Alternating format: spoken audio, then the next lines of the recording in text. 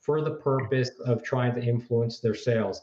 And so it's a grant that they offer, and it's a cost sharing mechanism where they would provide you with a 50% reimbursement of some of the costs that you would incur in attending some of these trade shows.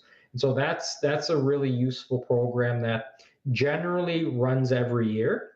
And then again, as you start to see some traction in your sales, leverage some of our solutions to access the capital that you need to scale your sales. The last deal I did for the financial institution I worked at was in fact for a software company where I had to leverage an EGP to give them access to a much larger line of credit. And so without that EGP, the financial institution wouldn't have been in a place to provide them with that working capital. Thank you so much, Lucci. And over to you, Dave. What do you think? Yeah, I was going to say the same thing as Lucci, that trade shows are a great way to get your name out there. If you can't afford a trade show, if you're too early in your growth stage, and you use the Trade Commissioner service to introduce you to potential customers, and you can visit them online. You can do a lot of demonstrations online. I'd also lean on social media, like LinkedIn is great if you do an announcement of some special software program or feature that you're introducing. Use LinkedIn to get the message out. And, you can avoid those costly trips in the early days by doing that. But once you have a bit of traction, then by all means go to the local trade shows with the help of the trade commissioners. Thanks, Dave. And for myself, I'll add just a bit more self-promotion that my EDC account is a great resource for information. Our edc.ca account also can connect you to the local offices we have. And then in particular, talk to your relationship manager.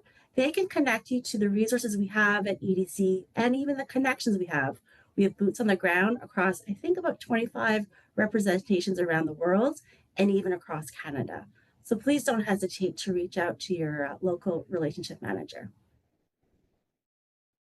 Well, that's it for today's program. I hope you really enjoyed this time and learned a little bit more about how you can manage that risk going globally, trying to find ways to diversify your markets, either through credit insurance and mitigating those risks with new buyers, new suppliers, currency fluctuations, getting support for foreign assets, and just the different connections that EDC and our customers can provide. We'll be sending a survey to you out tomorrow, and your feedback is really important. It'll give us feedback and insights on how to make these webinars more valuable for you and possible new topics in the future. Our next webinar is November 6th, when we'll explore how Canadian exporters can navigate the legal, financial, and strategic risks to price competitively and profitably in the global markets. Save your spot by clicking at the right-hand corner in the document section of your webinar console. But in the meantime, if you have questions, please do give us a call at 1-800-229-0575 to speak to one of our trade advisors. Or you can click the prompt at the top of your screen now to connect to an Export Hub advisor. Until next time, thank you.